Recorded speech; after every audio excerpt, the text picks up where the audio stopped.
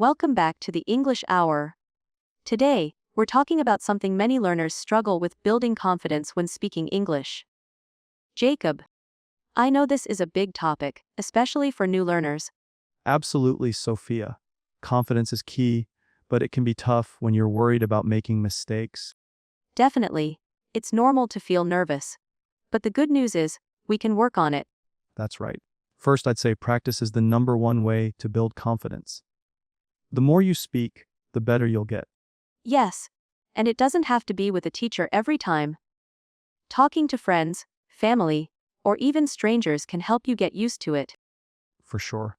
But let's be honest, sometimes, even with people we know, we feel shy to speak up. That's so true. What would you say to someone who's hesitant to speak? Well, one thing I've found helpful is to start small. For example, when you're at the store, try saying hello or asking for help. Exactly. Even short conversations can boost your confidence. And don't worry if your sentence isn't perfect, people. We'll appreciate that you're trying. Right? And I think it's important to focus on the message, not the grammar. Sometimes, grammar rules can hold us back. Absolutely. Mistakes are part of the process. I always say, don't be afraid to fail, be afraid not to try. Great advice, Sophia. And speaking of trying, let's role play a situation where someone is hesitant to speak. Sounds good. I'll be the learner. And you can be the person helping me. Nervously, excuse me. Can you tell me where the train station is? Of course, it's just 2 blocks straight ahead. Don't worry, your English is great. Really? I was worried about my pronunciation. Don't worry about it, your pronunciation is fine. The most important thing is that you communicated your message. Thanks, that really helps. I guess I just need to take the leap, right? Exactly. The more you speak, the more comfortable you'll feel. And remember, everyone makes mistakes. True. I guess I just need to practice a little more. Yep, practice makes progress. And as you practice, you'll get better at recognizing the mistakes so you can correct them. Now, Jacob, what's another tip for building confidence when speaking? One great tip is to listen and repeat. This is something I do with podcasts and YouTube videos. Yes, that's a fantastic way to improve your accent and fluency. You hear how native speakers form sentences, and you can mimic it. Exactly. And don't just listen passively, actually repeat what you hear. It trains your brain and muscles to speak more naturally. I love that. It's like training your mouth to move in the right way. Yep, repetition is key. And another thing I recommend is to record yourself speaking. Oh, that's a good idea. How does that help with confidence? When you listen to yourself, you'll hear areas where you can improve, and you'll also hear how much you've progressed. It boosts confidence to hear your own improvements. That's true. It's always motivating to see how far we've come. Exactly. And of course, don't forget to speak slowly. Yes, slowing down makes everything clearer, both for you and for the person you're speaking to. Plus, it gives you more time to think and makes you feel less rushed. And speaking slowly often leads to more natural sounding sentences. It's a win-win. Now, Jacob, let's talk about how we can overcome the fear of making mistakes. Any tips for that? I think it's important to remind yourself that everyone makes mistakes, even native speakers. Yes, I've seen native speakers mess up their grammar or pronunciation sometimes. Exactly. So when we make mistakes, we shouldn't be so hard on ourselves. We're learning. That's such a good point. Plus, every mistake is a chance to improve. Absolutely. And if you're worried about how you sound, focus on being understood. The goal is communication. That's right. The more you focus on connecting with others, the less you'll worry about perfection. And the more you practice, the better your English will become, no matter what mistakes you make along the way. Jacob, this has been such an encouraging conversation. I hope our listeners feel ready to take on speaking English without fear. I'm sure they will. Confidence builds over time with practice and persistence. Absolutely. So, if you're listening right now, remember, don't let fear stop you. Start small, make mistakes, and keep going. That's the best advice. You got this, everyone. Thanks for tuning in, and remember to practice every day. If you enjoyed this episode, Don't forget to like, share, and subscribe to the English Hour. Keep speaking, keep improving, and we'll see you next time.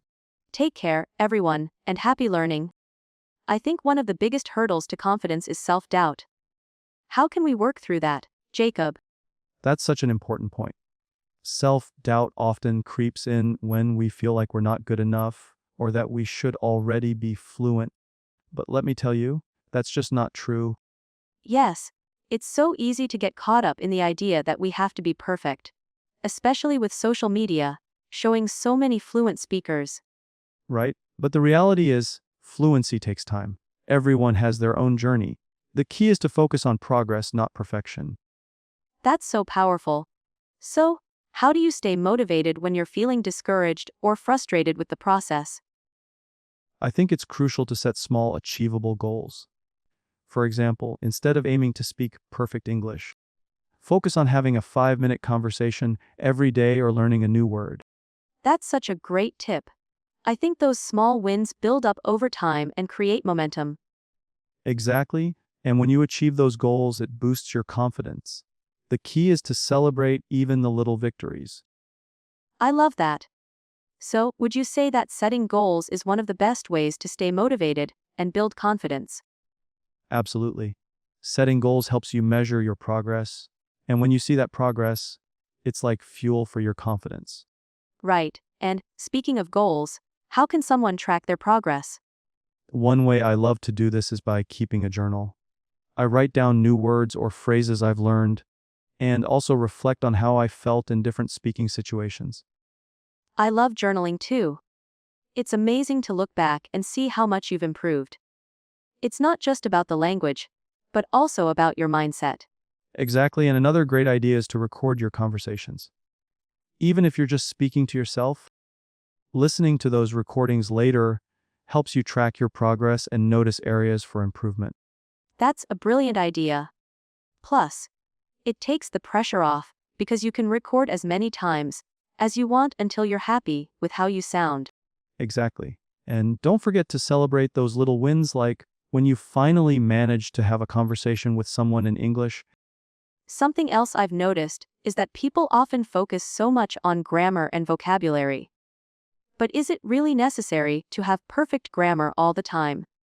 Not at all. It's more important to focus on clarity. If your listener can understand you, you're doing great. That's so true. In fact, many native speakers don't always speak with perfect grammar. They use contractions and slang all the time. Exactly. Fluency isn't about speaking in perfect sentences, it's about being comfortable and understandable. So, don't let perfect grammar hold you back from speaking. That's such a great reminder. It's all about making yourself understood, not about perfection. And once you're comfortable speaking, you'll naturally improve your grammar and vocabulary. It'll come with time. Let's talk about one more important thing: dealing with fear of judgment. A lot of learners worry about how they sound when speaking English. Right? Absolutely. People often fear being judged, especially when speaking a second language. But here's the truth: most people are actually impressed when they hear someone speaking a foreign language. Yes. It's a skill that not everyone has, so people usually appreciate the effort. Exactly. And here's another thing to remember: most people are too focused on their own lives to judge how you speak. That's a good point. People are usually more forgiving than we think. Totally. And honestly, if someone does judge you, that says more about them than it does about you. Absolutely. And the more you speak, the less you'll care about judgment. Confidence comes with practice and exposure. 100%. The key is to keep pushing through that discomfort and trust that it gets easier over time. Before we finish, Jacob, can you share a quick exercise or technique that people can do to start building confidence today? Sure, one simple technique is to have mini conversations with yourself. For example, you could ask yourself questions in English like, "What did I do today?" Or, "What do I want for dinner?"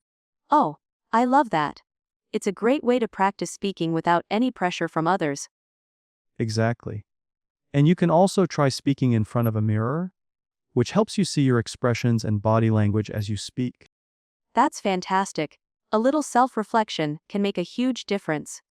Totally. Plus, the more comfortable you are with yourself, the more confident you'll feel when you speak in front of others. Jacob, thank you so much for this incredible conversation. My pleasure, Sophia. It's been great to talk about such an important topic. I hope everyone listening feels inspired to keep practicing and building their confidence. I'm sure they will keep at it, everyone. You've got this. Thanks for tuning in to another episode of the English Hour. Don't forget to like, share, and subscribe if you enjoyed this episode. And remember, every step counts, no matter how small. See you next time, everyone, and happy learning. So, Jacob, we've talked a lot about practice and mindset, but let's talk about one more thing: overcoming the fear of speaking in front of a group. This can be a huge challenge for a lot of learners. Oh, absolutely. Speaking in front of a group is intimidating for many, even if you're fluent in the language. But here's the thing, it gets easier the more you do it. That's true. I think it's the idea of being watched that makes people nervous, right? Exactly. The fear of judgment can feel overwhelming. But I always say start with a small group, maybe a couple of friends who are supportive, and gradually increase the size of your audience. So you recommend kind of building up to bigger challenges. Yes, definitely.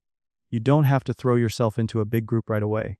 Start with one-on-one conversations, then move on to small groups, and before you know it, you'll be speaking confidently in larger settings. That's a great strategy. Starting small makes the bigger goal feel less overwhelming. Exactly, and it's important to remember you're speaking to people who want you to succeed, not to criticize you. They're interested in what you have to say, not in your mistakes. That's so reassuring. When you look at it that way, it takes the pressure off, doesn't it? It really does. And another tip I have for group speaking is to practice your body language. Ah, yes, nonverbal communication can make a big difference, can't it? It absolutely can. A confident posture, eye contact, and smiling can help convey confidence even when you're feeling nervous. It's a great way to boost your own confidence as well as how others perceive you. I couldn't agree more. I think our body language often reflects how we feel inside. So, the more confident we stand, the more confident we can feel. Exactly.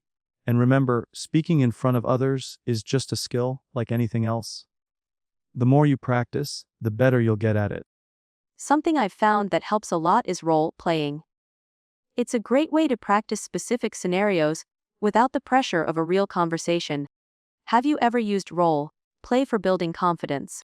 Oh, 100%. Role play is such an effective way to practice, especially when you're dealing with a specific situation, like an interview or a presentation.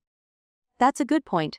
You can simulate a real life situation and feel more prepared when it happens for real. Exactly. For example, you can practice ordering food at a restaurant in English or introducing yourself in a professional setting. And the best part is, if you're practicing with a friend or language partner, you can make it fun and supportive. Absolutely, it's a low-pressure way to rehearse and make mistakes, but without the fear of embarrassment. Plus, it helps you feel more confident in handling unexpected situations when speaking in English. You're already prepared. Yes, role play makes a huge difference because it lets you practice different scenarios and responses.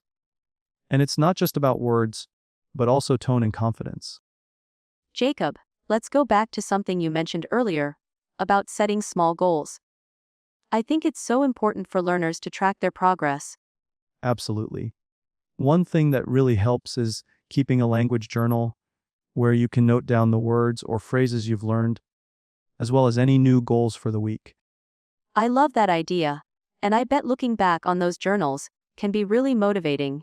Definitely, it's like having a record of your journey. You get to see how much you've improved. Plus, it helps you stay accountable to your goals. That's such a good point. It's easy to forget how far you've come, so having a journal can really help you stay positive. Exactly. And a language journal doesn't just have to be words. You can also write down your feelings, like if you felt nervous speaking to someone but overcame it. Oh, that's really powerful. Not just tracking words, but tracking your emotional progress too. It's all part of the journey. Before we wrap up, I'd like to mention another confidence booster: listening to English media. Yes, listening is huge. The more you listen to natural conversations, whether it's podcasts, movies, or YouTube videos, the more you'll start to feel comfortable with the language. I agree. It helps you get used to different accents and speaking speeds. And you also pick up on cultural nuances. Exactly, plus it's a fun way to learn.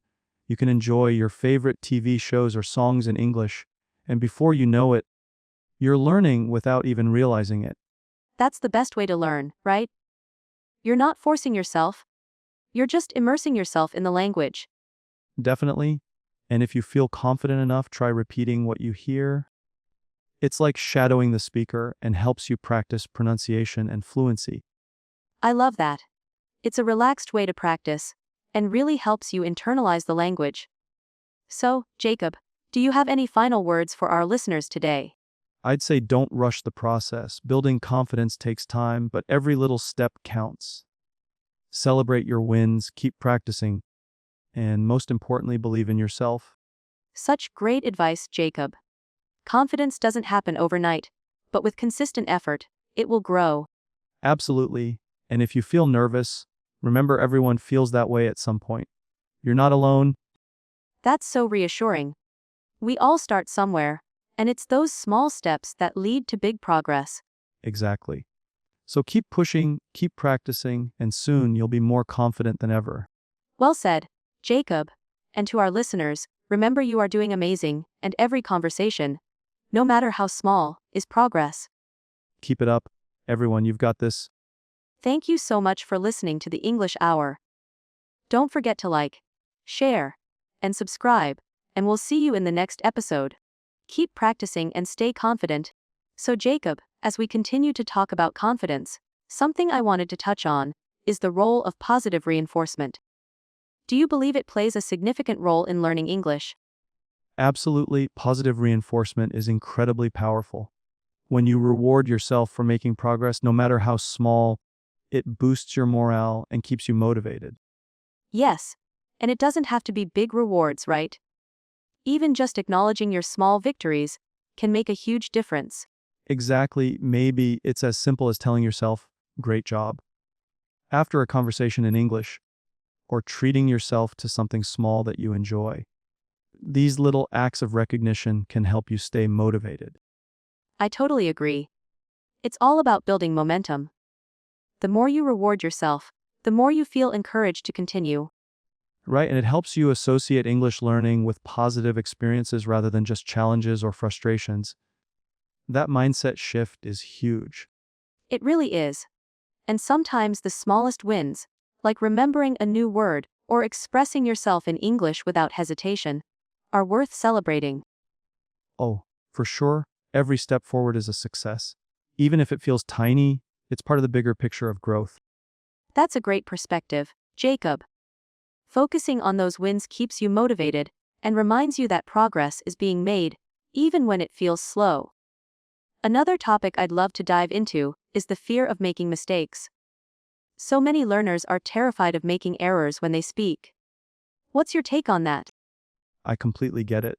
The fear of making mistakes can hold people back from speaking altogether, and that's a shame. But here's the thing, mistakes are a natural part of learning. Yes, exactly. You can't improve without them. Right, when you make a mistake, it means you're taking risks and stepping outside of your comfort zone, which is essential for growth. It's better to make a mistake than not try at all. That's so true. And the best part is, mistakes help you learn. You can correct them, and that's how you improve over time. Absolutely. In fact, some of the best lessons come from the mistakes you make. It's those experiences that stick with you and make you a stronger English speaker.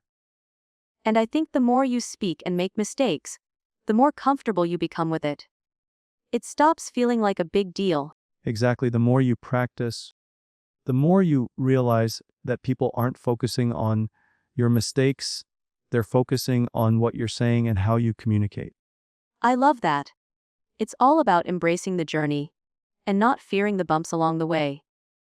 The mistakes are just stepping stones.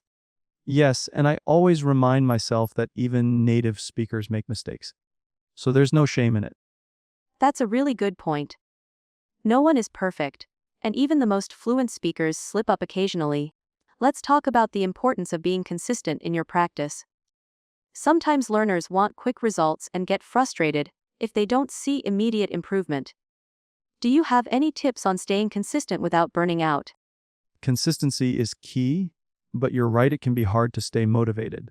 One thing that helps is creating a routine that fits into your life. Oh, yes, a routine is so important. It makes learning feel like a natural part of your day, not something you have to force. Exactly, I suggest setting aside a specific time each day, whether it's 10 minutes or an hour. The important thing is that it becomes a habit. That's a great idea. Even short practice sessions can add up over time, right? Absolutely, little bits of practice every day are more effective than cramming once a week. Plus, it keeps the language fresh in your mind. And I think it helps reduce the feeling of overwhelm. If you break down your learning into small, manageable chunks, it's easier to stick with it. Yes, and I'd also suggest tracking your progress to stay motivated. Sometimes we don't realize how much we've improved until we look back. I love that idea. Seeing how far you've come can really keep you motivated to continue, especially on the tougher days. Jacob, let's talk about another important aspect: language immersion. How do you suggest listeners immerse themselves in English when they don't live in an English speaking country? Great question. There are plenty of ways to immerse yourself in the language, even if you're not surrounded by native speakers. One of the best ways is to surround yourself with English content. Yes, watching movies, listening to music, and reading books in English are all great ways to stay immersed. Definitely. And don't forget about social media. Following English speaking accounts, engaging in discussions, or even watching live streams in English can help a lot. That's a really fun way to immerse yourself in the language, especially since social media is part of daily life. It makes learning feel natural and relevant. Exactly. You're constantly exposed to English in a way that's enjoyable and engaging. It also helps you pick up slang and informal phrases that are used in everyday conversations. It's also great because it feels like you're learning organically, just like how kids pick up their first language. Yes, and the more you surround yourself with English, the more you'll start thinking in English, which is a game changer when it comes to fluency. That's such a great point about thinking in English. I know it can feel like a huge leap, but do you have any advice for making that transition from thinking in your native language to thinking in English? It's definitely a challenge at first, but one way to start is by talking to yourself in English. You don't need anyone else around, just narrate your day in your head or out loud. I love that idea. It feels a bit awkward at first, but it's such a great way to begin the process of shifting your thoughts into English. Exactly. And don't be afraid to start with basic sentences. The goal is to start building that mental connection with the language. It's like you're creating an inner dialogue in English. Over time, you start automatically thinking in English instead of translating from your native language. Yes, and another tip I recommend is visualizing situations in English. For example, if you're going grocery shopping, try to think of everything in English. What items are you picking up? How would you ask the cashier questions in English? That's brilliant. It helps you practice real life situations and makes English feel more practical and accessible. It does. It also helps you get used to the idea of using English spontaneously, rather than thinking about it too much. Another challenge I've noticed for English learners is the difference between formal and informal language. How do you navigate that? That's a big one. I think the key is context, understanding when and where to use formal versus informal English. Right. Like when you're in a professional setting or speaking to someone you don't know well, you'd want to use more formal language. Exactly. But when you're with friends or people you're comfortable with, informal language feels much more natural. I agree. And I think the challenge is knowing the boundaries between both. It can be tricky at first to figure out how casual or polite to be in different situations. for sure. And sometimes it's about listening and learning from how native speakers interact with each other. You can pick up on tone, word choice, and other nuances just by observing conversations. That's a great tip. It's all about exposure to real, life conversations. Right. And another way to get better at distinguishing between formal and informal is by reading different types of materials, formal emails, social media posts, articles, and even watching TV shows. Watching movies and shows in English can be super helpful, especially when they reflect authentic, casual conversations. Exactly. And don't be afraid to practice with friends or online language partners too. They can give you feedback on whether your language is too formal or too casual. Speaking of language partners, I know some learners struggle to find people to practice speaking with. What's your advice for finding conversation partners? There are plenty of options out there.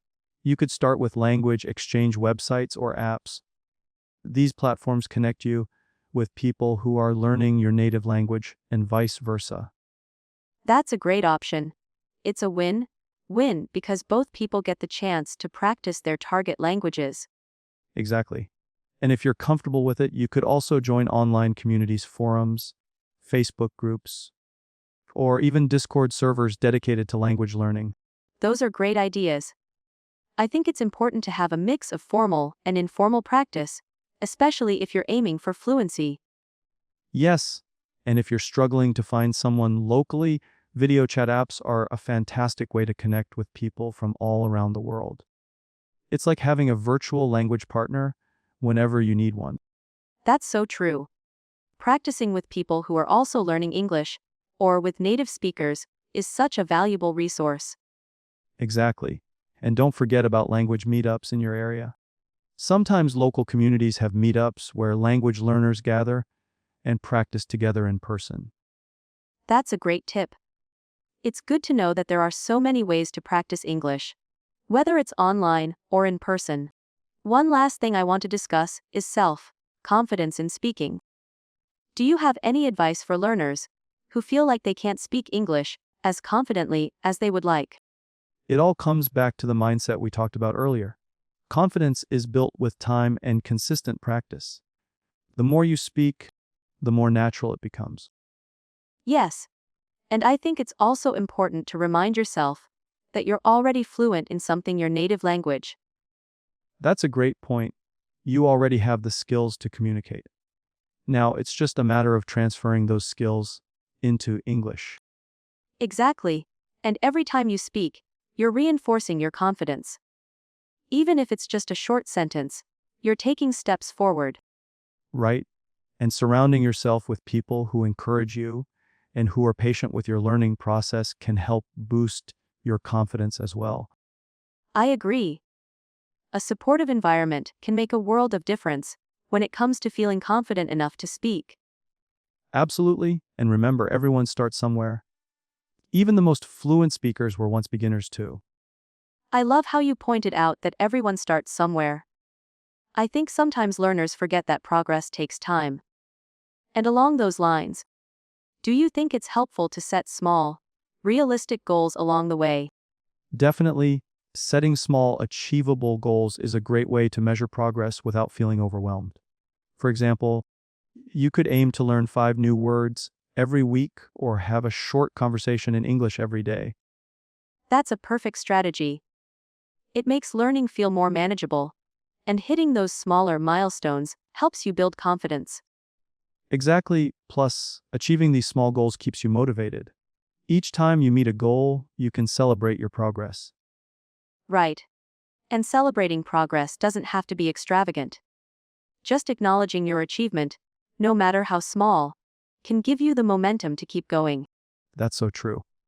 And as you start achieving more of these small goals, you'll notice yourself getting closer to your bigger goals, like fluency or being able to speak comfortably in any situation. I think those little wins make the whole process feel more rewarding. It also reminds you that learning English is a journey, not a race. Exactly. It's important to enjoy the process and not just focus on the end result. Speaking of the journey, I think it's also important to embrace mistakes as part of the learning process. We've touched on this a little earlier. But what do you think is the best way to handle making mistakes in conversations? The best thing you can do is to not stress about them.